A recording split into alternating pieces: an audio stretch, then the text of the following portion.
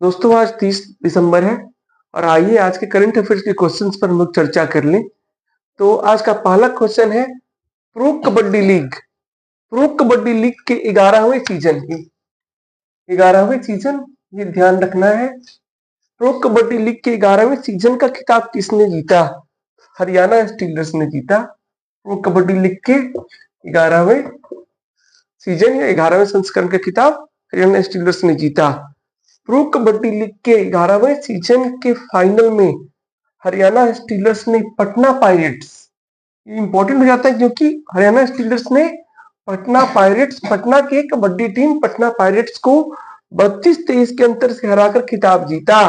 तो ये क्वेश्चन ये भी बनता है कि इसका उपविजेता कौन है? तो उपविजेता पटना पायरेट्स है। दूसरे नंबर पटना पायरेट्स रहा, पहले नंबर पर हरियाणा स्टीलर्स रहा। यह हरियाणा स्टीलर्स का पहली बार ये खिताब जीता है, जबकि पटना पायरेट्स 3 बार यह खिताब जीत चुका था और चौथे बार इसके लिए फाइनल में उसने प्रतिस्पर्धा किया और हरियाणा स्टीलर्स से 32-23 से हारा। तो प्रो कबड्डी लीग के 11वें सीजन में विजेता रहा हरियाणा स्टीलर्स, उप विजेता रहा पटना पायरेट्स। अब इंडिविजुअल प्लेयर्स के बारे में बात करते हैं। तो इस प्रतियोगिता में पटना पायरेट्स के युवा रेडर देवांग को बेस्ट रेडर का अवार्ड दिया गया। उन्होंने पूरे प्रो कबड्डी लीग सीजन में 25 मैचों में 301 रेड पॉइंट किए। पटना पायरेट्स के ही अयान को न्यू यंग प्लेयर का अवार्ड दिया गया। न्यू कमर का अवार्ड दिया गया पटना पायरेट्स के अयान को।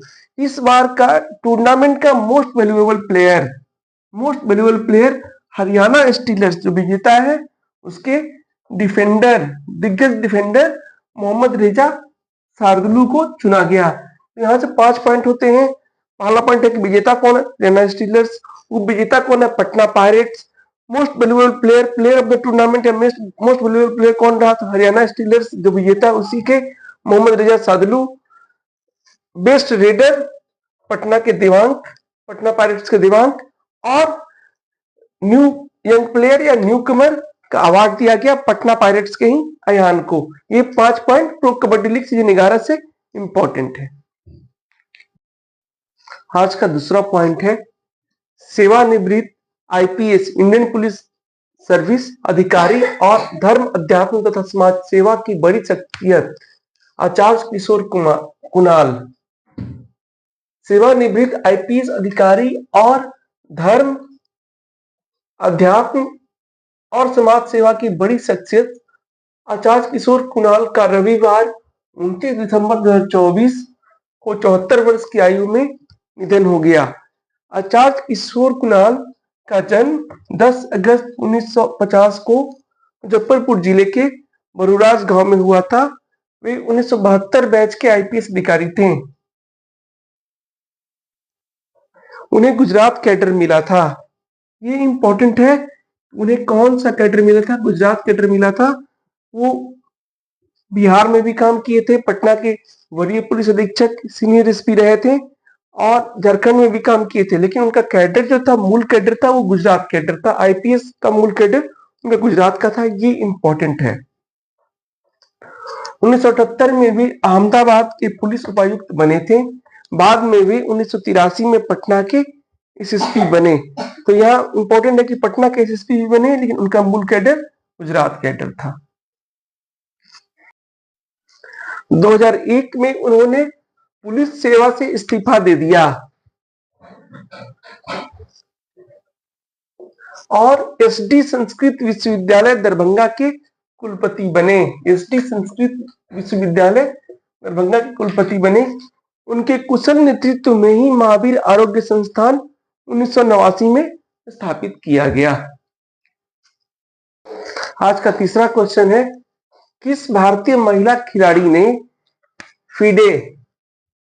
FIDE वर्ल्ड रैपिड चैंपियनशिप 2024 का खिताब जीता? FIDE वर्ल्ड रैपिड चैंपियनशिप शतरंज 2024 का खिताब जीता। तो कोनेरू हम्पी ने। भारत की महिला शतरंज चेस खिलाड़ी कोनेरू हम्पी ने न्यूयॉर्क में, कहा हुआ था ये प्रतियोगिता? न्यूयॉर्क में हुए फीडे वर्ल्ड रैपिड चैंपियनशिप 2024 का खिताब जीता। अंतिम और 11वें राउंड में उन्होंने इंडोनेशिया की इरिन सुकंदर को हराया।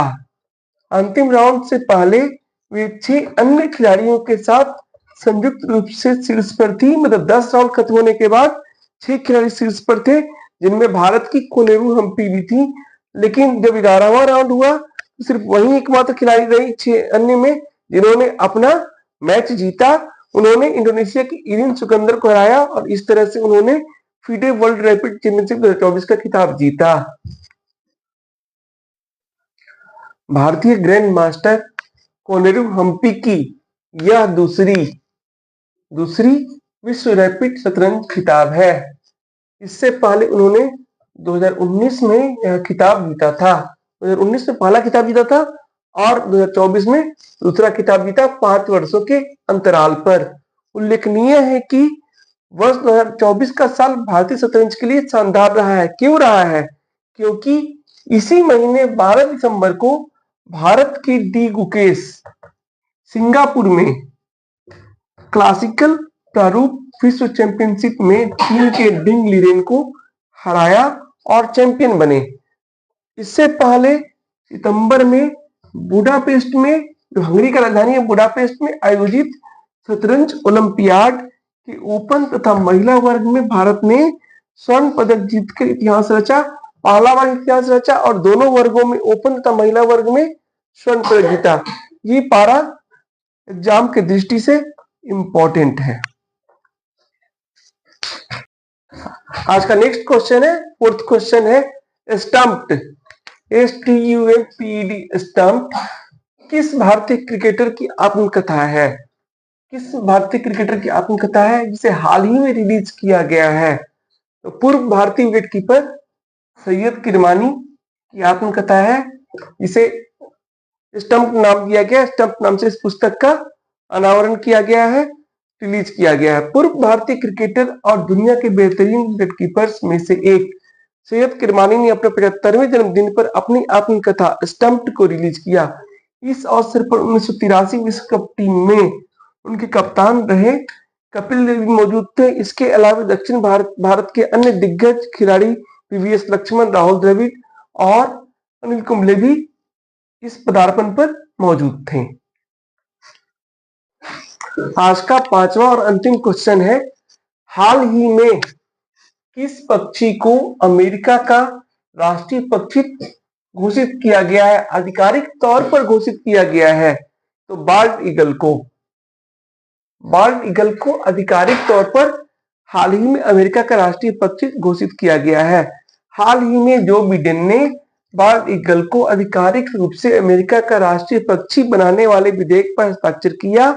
इस प्रकार अब यह आधिकारिक तौर पर अमेरिका का राष्ट्रीय पक्षी बन गया। उल्लेखनीय है कि बाल्ड ईगल संयुक्त राज्य अमेरिका के महान मुहर पर दिखाई देता है, जिसका उपयोग आधिकारिक दस्तावेजों में वर्ष 1782 से किया जा रहा है। संयुक्त राज्य अमेरिका के महान मुहर पर बाल्ड ईगल दिखाई देता है, जिसका उपयोग आधिकारिक दस्तावेजों में वर्ष 1782 से किया जा रहा है। अब यह आधिकारिक तौर पर अमेरिका का राष्ट्रीय पक्षी बन गया है। इस पर अमेरिका के राष्ट्रपति का हस्ताक्षर हो गया है विधेयक पर।